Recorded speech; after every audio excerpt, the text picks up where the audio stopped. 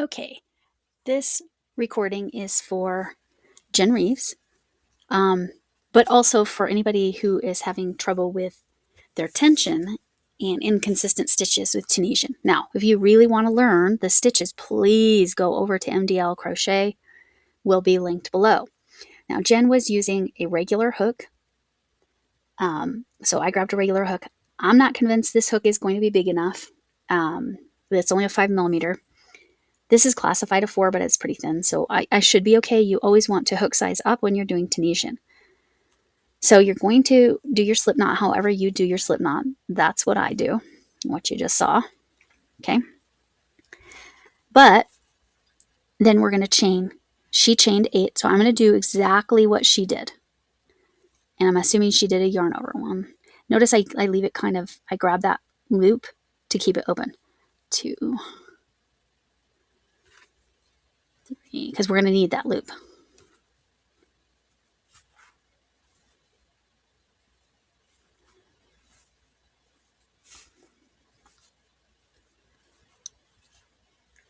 Okay, so we do 8 chains. This, I need more yarn. This loop that is on the hook counts as a stitch. That is not the typical situation with crochet, but with Tunisian, it does count, okay? So that's one. And we're going to go in that back hump so that we have the V's on the bottom. Now, normally, I would be pretty loose with that, but I'm going to go ahead and pull that down a little bit and kind of push it upwards. And then I'm going to do that on all of them. So we have, that's 3. Actually, I'm going to go back. I need to make that loop a little bit smaller. Okay, just barely bigger than the hook.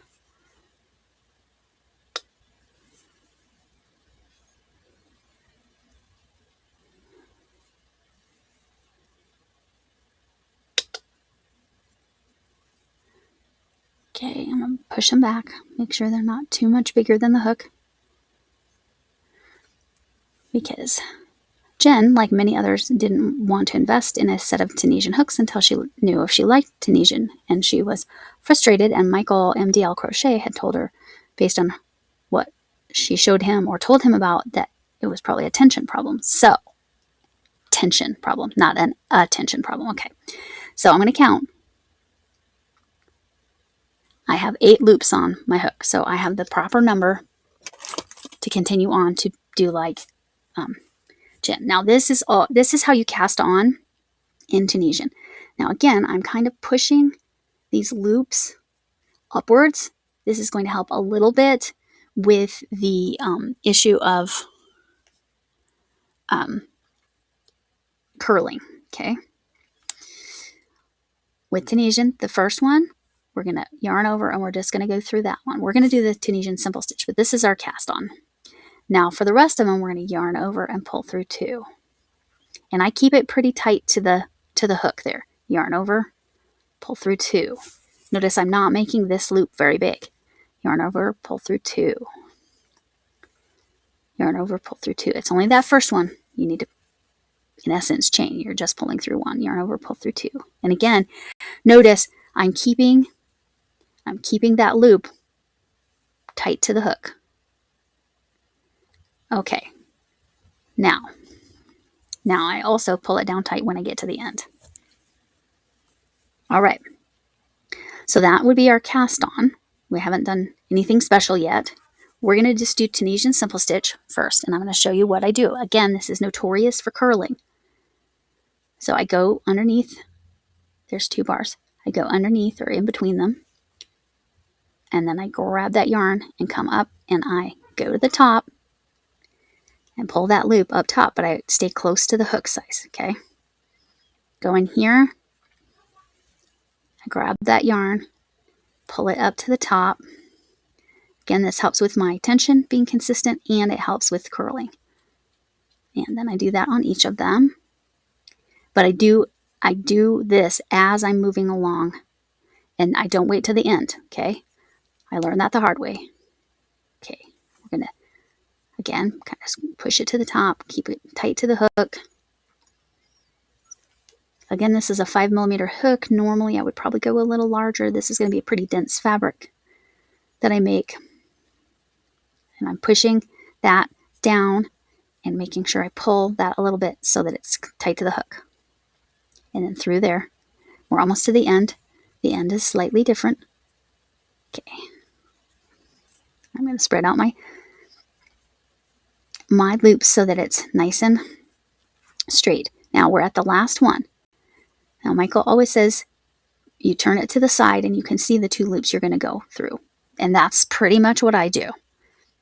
Sometimes I can see it without going through or without turning to the side, but when you turn it to the side, it's much easier to see those 2 loops. You need to go under both of those, yarn over, pull up, and again, I kind of pull it down tight, pull it toward the top, and then spread out those. And you can see they're all approximately the same size. They're kind of sitting at the top of my work. This is just from my own experience. This is not necessarily anything anyone showed me how to do or that I even saw. I just kind of figured out over time what worked for me. This may not work for you, but I'm hoping it at least helps.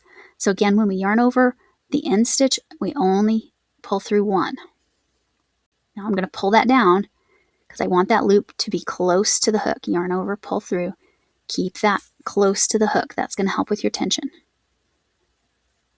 Yarn over, pull through, and see how I kind of tighten a little bit if my loop gets a little bit big. There we go.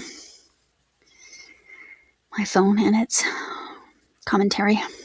All right, yarn over, pull through the 2, and then pull down. Especially with this last one, I find that I have more problems with it not being quite the same size, and then I pull that one down. Now, you see it's curling a little bit, but it's not too bad. Okay, we're going to do one more row of a simple stitch, and then I'll show you. You can do the same thing with knit stitch or any of the others.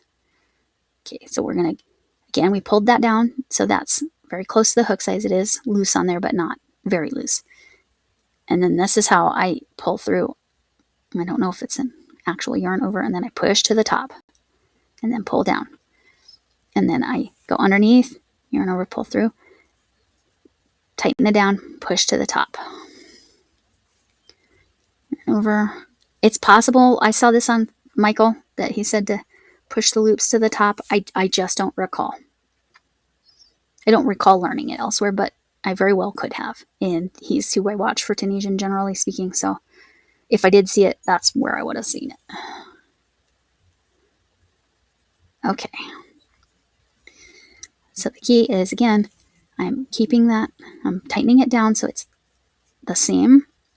So all those loops are about the same size, and I'm pushing it to the top. Kind of I'm taking my finger and pushing the fabric forward so that those loops are sitting at the top. I'm at the end. I turn it to go underneath that B. Yarn over, pull through, pull that down, make sure, spread them out a little bit, make sure they're all looking the right size, pull that to the top. Yarn over, pull through that one. That's your chain. Yarn over, pull through 2, and again, keep it tight to the hook. I'm not yanking on it after. Like, I'm just, sometimes if I see that it gets loose, I'll pull on it a little bit. I'll pull the working yarn if I see that this loop is getting too loose. Okay. Okay, so that one was kind of loose, so I'm going to pull a little tight. And then yarn over and pull through those last 2. Okay, so that's Tunisian simple stitch, and you can see it's curling, but it's not curling badly at all. Like, most Tunisian simple stitch will curl a lot more than this. This is a way that I've kind of mitigated that a little bit. And this hook size has been fine. We'll do a knit stitch, and then that's as far as I'll go with that, because really this concept is the same. To go on a knit stitch, oh, I just had a brain fart. How do I do a knit stitch? One moment, please. Okay, I had to be reminded of the knit stitch. So the knit stitch, okay, I'm going to pull that down so that that loop is just sliding around on my hook, but not loose. I'm going to go under like I would, but I'm going to go back through the work. And then I'm going to yarn over, grab that loop, and come through. and then I'm going to pull down, pull that loop to the top. Okay, so we go through like we're going to do a simple stitch, but then we go back to the back and then pull through. Pull it up, pull it tight, pulling it tight, but we want to pull it to the top. And then underneath and through the back, and then pull through.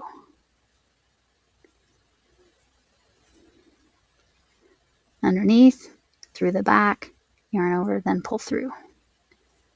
And then notice I'm pushing it every stitch and I'm tightening it down every stitch, not like crazy tight, but just to where they're all looking the same size, just barely bigger than the hook.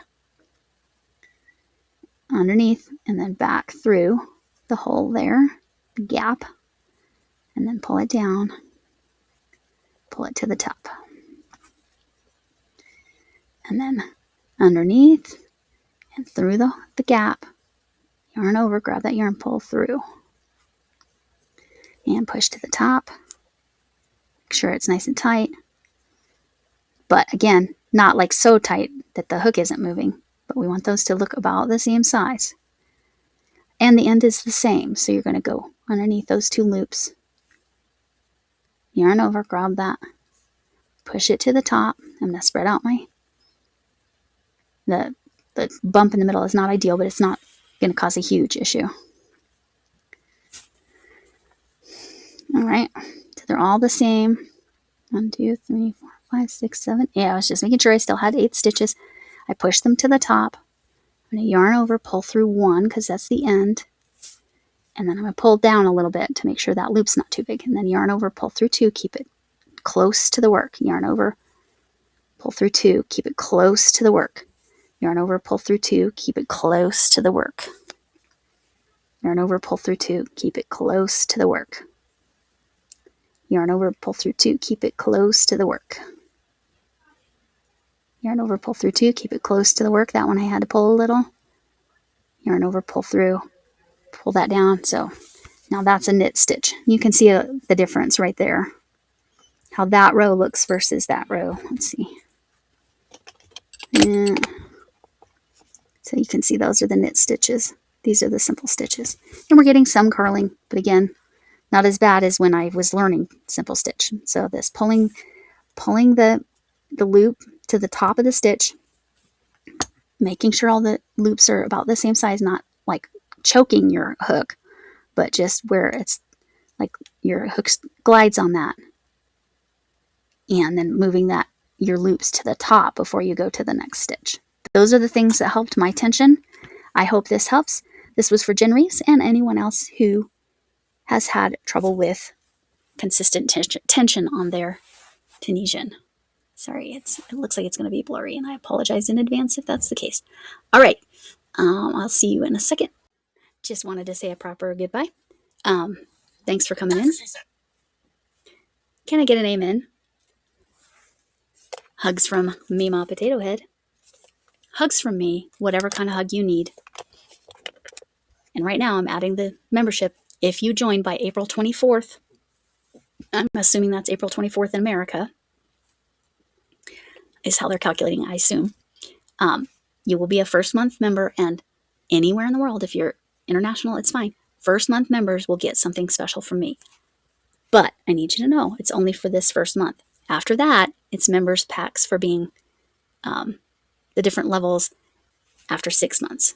So like if you join May 1st, you're not going to get that first month member gift. It's small, but I'm just doing it for this first month through April 24th. And thank you all that have already joined. I appreciate it so much. It's giving me a good idea of how many of the little things I need to make. So I appreciate you. Thank you for always watching. I hope this tutorial was helpful, this tension tutorial. Again, if you want to really learn the stitches, please go to MDL Crochet. Michael, his teaching style is excellent. It's just not, if he's teaching a stitch, he's not going to have time to focus in on this thing that I talked about today. Sometimes he talks about it, but he talks about it being a challenge. So hopefully this helped. And I apologize for the glare. Oh, that was way worse. I didn't switch to my computer glasses. Anyway, with that, I hope to see you again. I hope you join my membership. That would be wonderful. but I also understand if you don't. I get it. And you only have to be a member the first month. If you can only do it this month and then you can't anymore, I get that too. You still get the first month member pack. It's a special thing for first month members. All right. Thank you. Hope to see you again. Bye.